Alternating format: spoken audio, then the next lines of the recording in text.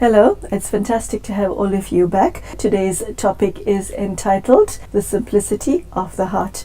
I have in the studio with me Sister Denise, and in this series we are looking at how you address your spiritual needs. We are aware that women globally have spiritual needs apart from all their other needs, and this series is geared to giving you answers to most probably your unasked questions. So Sister Denise, it's wonderful having you here. Thank you. Simplicity of the heart, that topic sits with me in a manner that I can't quite articulate, and that's why we have you in the studio. What does it mean, Sister Denise, to have simplicity in the heart? The reason this topic interests me is because simplicity is not a virtue that people will ordinarily think of, be it male or female. We strive towards honesty and integrity and punctuality, etc., but not simplicity. Well, of course, simplicity takes you away from all of the stuff that you have to buy and all of the complexities and dramas that people love to get off on. But simplicity in the heart, of the heart, is very straightforward. You are what you are. You don't have that many needs. You are pure. I think simplicity and purity go together. And in a simple heart, you just have virtue. You can put God in your heart, and then you don't have any of these vengeance and grudges and all of the negativities that people often hold in their heart, and dishonesty and so on, that creates so much complications in the heart. And then you see, of course, the fragmented and broken heart is not at all simple. What I find interesting is if you ask a woman anywhere on the planet, would you like a life of peace and serenity, or would you like a life that does this? Almost everybody will say, I want peace. Yes. I want calmness, I want harmony, internally and externally. But Sister Denise, the reality is totally opposite. Everyone's lives, almost everyone's lives, has a shocking amount of drama in it. We oscillate between euphoria and depression, quite often on one day. What is it within the human psyche that draws us towards drama? Number of things. One of them is that because people are totally empty inside, when they go into quietness, peace, serenity, there's kind of nothing there, so they get bored. And I think it's out of boredom and irritation with their emptiness that they go for this melodrama style of life. And the second reason, I think, is because of materialism, puts people into the pleasure-pain dimension. If you're not, they have this question, are you having fun yet? So it's as if people always have to be having some sort of peak experience, otherwise they're not alive. And so I think it's the materialism, the emptiness, and the culture. They create this sort of addiction to melodrama. The problem with that is once a woman is in the cycle of the drama, it's very difficult to get yourself out of it. How does one get oneself out of that? It's almost like a vortex that's created, isn't it? What I feel is to handle the materialism is too much out there, too much part of the culture and so on. But what you can look at, first of all, is the emptiness, because that's very personal. So if I say, okay, my fundamental problem is I'm weak, I'm empty. What do I have to do is fill, you see.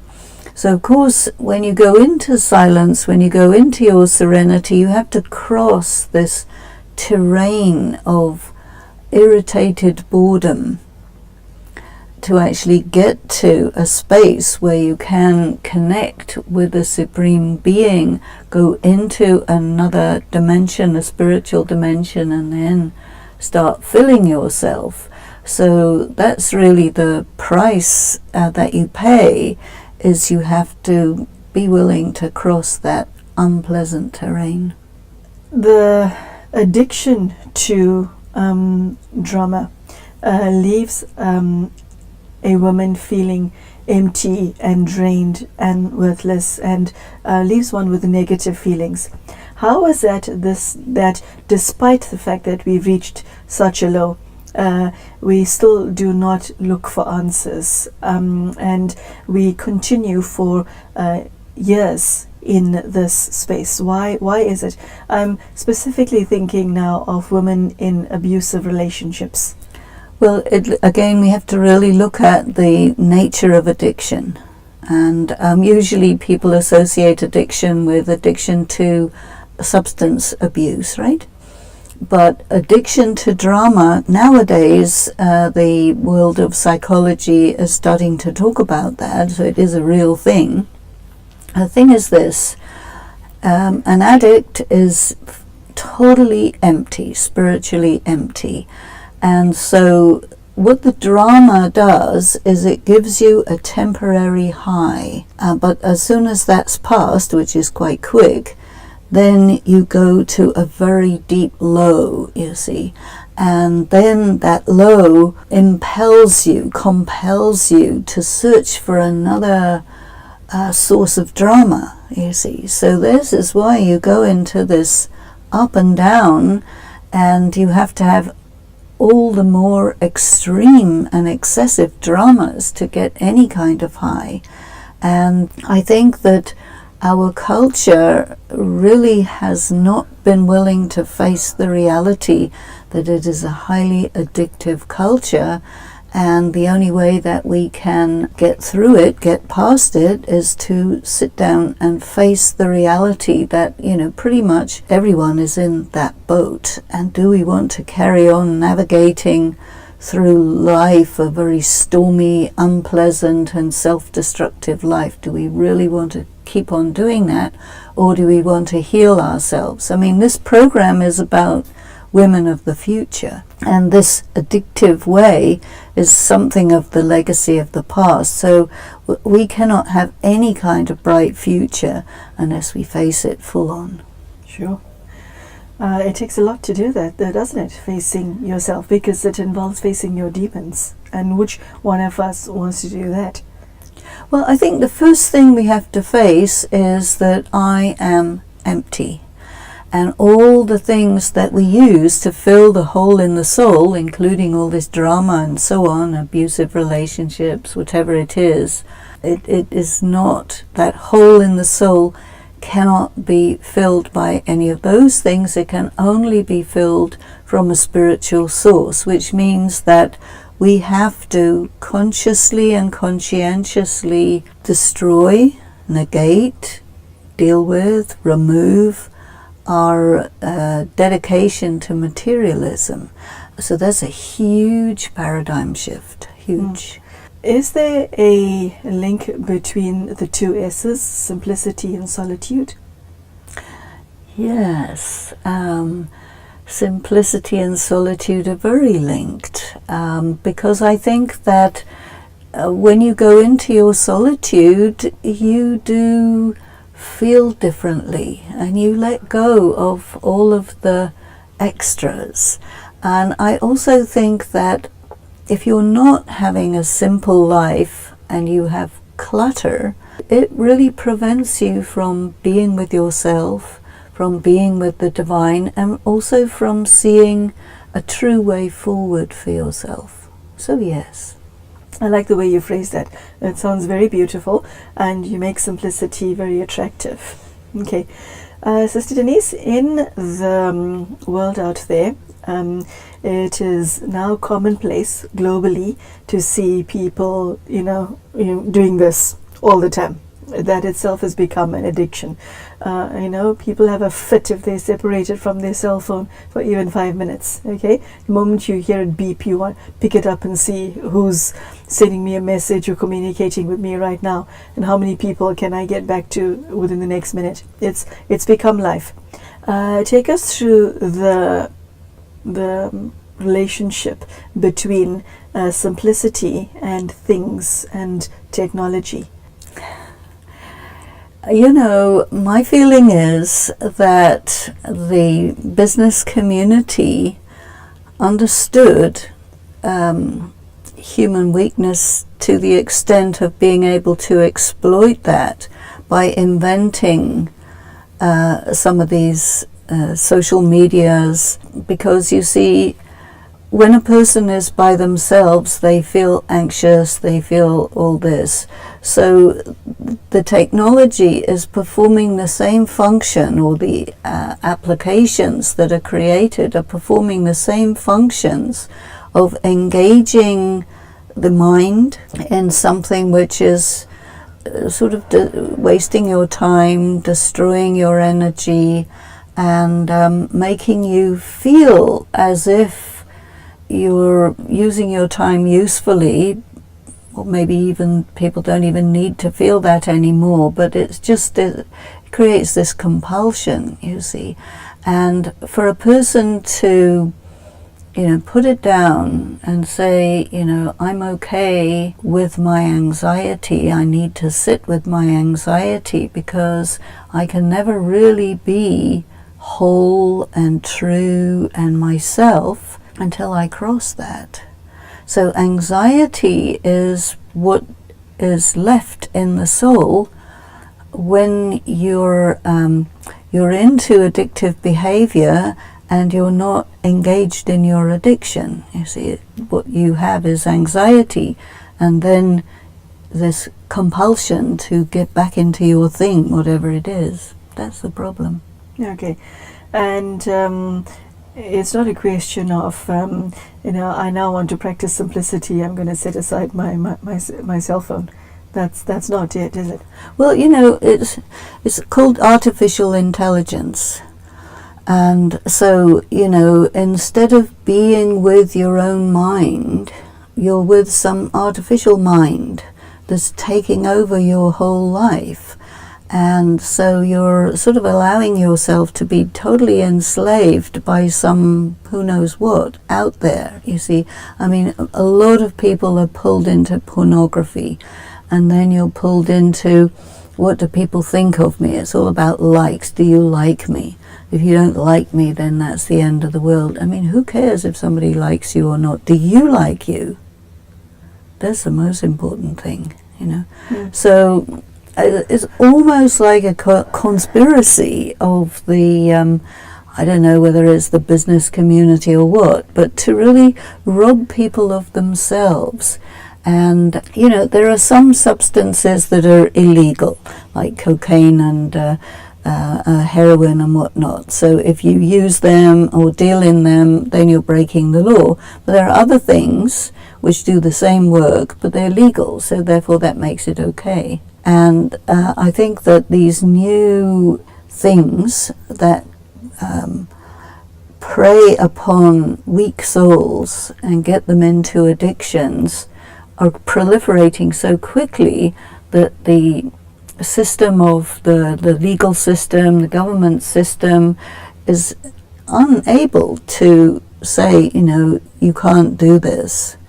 It's illegal because it's bad for you, kind of the nanny, like in Hong Kong they call it a nanny government, because not Hong Kong, Singapore, because they, you can't do chewing gum and you can't do this and you can't do that. So everybody's very, ordered to be good, but even that hasn't really cured the system. To me, the only way you can really cure it is by facing the anxiety, the emptiness, and doing what you have to do to fill. Yes, Denise, looking at you, it's quite obvious that your dress sense is very simple. A spiritual person has simplicity both internally and externally.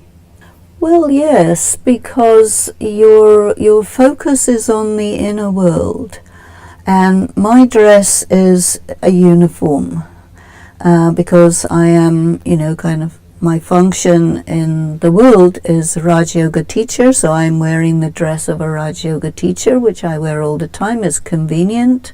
I don't have to worry about things. This is very inexpensive.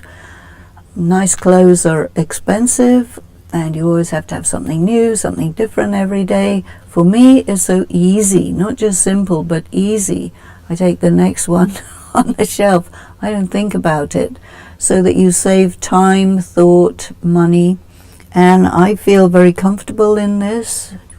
And even the white is a very pure color. It sort of resonates with my being, and it suits me. The next question that comes to mind is something that causes me some amusement. In certain cultures across the world, the word simplicity is synonymous with stupidity. Yes. Why is that? And where on earth does it come from? The reason I'm asking this is because simplicity as presented by you and from a spiritual perspective sounds so beautiful and attractive. And, it's even an insult in certain parts of the globe to say, you simple person. Of course, because of the culture of sophistication. Yeah. And so sophistry means that, you get into, high-end fashion, and if you're not, right up to the very minute, then you're excluded from the elite, you see. So this is a message that is passed down from the elite, that you have to be dressed a certain way, drive a certain car, have certain technical items, live at a certain address, go around the world to certain places, have lots of money, which is of course at the expense of everybody else. So this is sophistry, and the opposite of sophistry is simplicity. So by making simplicity an insult, I think a sophisticated culture will shore up its raison d'être, because just sophistication for its own sake doesn't have any meaning. So you have to compare it with something else and say, well, look, that is of no use. It's you can't make money out of that. It's just ordinary, whatever. But actually, simplicity is beautiful. Could you then tell us how somebody who practices simplicity and leads an internal life of simplicity thinks, feels, speaks, behaves? What is the difference between this virtue and one that doesn't contain simplicity? One that I think is really helpful is somebody else's problem is not my problem. Complications in life is everybody else's stuff is my business. It's not. I am my business, and whatever everybody else is doing or all their complications, it's not my problem. It's not my issue. I go along my way, and I do the best I can with my life, and that's good enough. In other respects, I think that, a simple life is direct. You save your time, your energy, your thought, your breath. You can go into depth when you're simple, because externals are simple, which allows you to go into the internals, which are vast and deep and wonderful. But a person who's caught up in all those complexities and sophistications, their inner life is non-existent, and that makes them hollow people, I see. Okay. So I like the link that you just made between simplicity and depth as opposed to superficiality, which is one of the hallmarks of the times that we live in. That is very beautiful. Want to share more about that? Well, I think again it's this whole issue of materialism.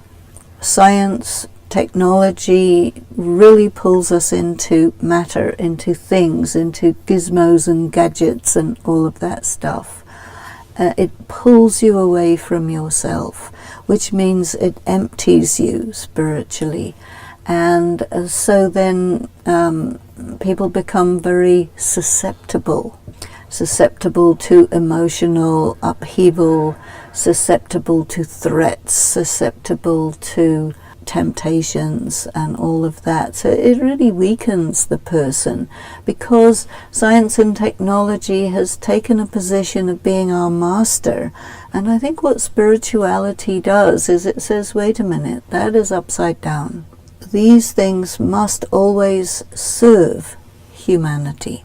If humanity is going to serve its own desires and vices and its creations, then it's really topsy-turvy, upside down. And so you're operating as a slave under the illusion of being a master. And I think what spirituality is telling us is your rightful place is a master, but not a tyrant. Master and not a tyrant. Okay. You know, a master of the world. Say you're a master of your world, or however small or big it is. You care for it. You serve that world. You sustain it. You look after it. And then it becomes symbiotic. Otherwise, the way it is at the moment, it's adversarial, and humanity is destroying our habitat, destroying each other. What are we doing? It's like blindly going to our sort of doom, and can we please open up our eyes and maybe decide to go a different direction? And this is again why we're thinking about the future, because the future is the consequences of the present. So whatever it is we do now, that is creating the future. So stopping, taking a look, clearing the decks, sorting everything out, especially sorting out priorities. What is my priority as a human being? So the number one priority has to be myself. The number two priority has to be my connection with the Supreme Being, the Divine. And the number three priority has to be my karma. What am I doing? Because all this is going to result in not only my personal future, but a future for everybody else as well. Therefore, it's very important to do that. Okay, so I think that is a good note on which to say goodbye to the viewers. So there you have it, simplicity. Very interesting subject, isn't it? Well, certainly the way it's been presented by Sister Denise. I think that it's something that we all need to sit and think about. And if you're one of those people on the planet for whom simplicity has been synonymous with stupidity, I would urge you to reconsider your definition. And I think the central question should be, what would be the benefit for me if my life were to become simpler, instead of accumulating through materialism like Sister Denise shared, or gaining and acquiring and having too much in one's life. Simplicity is a virtue, it's not a vice, and I think it's time to apply our minds to the beauty of this virtue. So thank you, Sister Denise. That's been extremely informative, and I hope that the contents of today's talk will make your life that much richer. Thank you for joining us, and we will see you for the next episode. Goodbye, take care.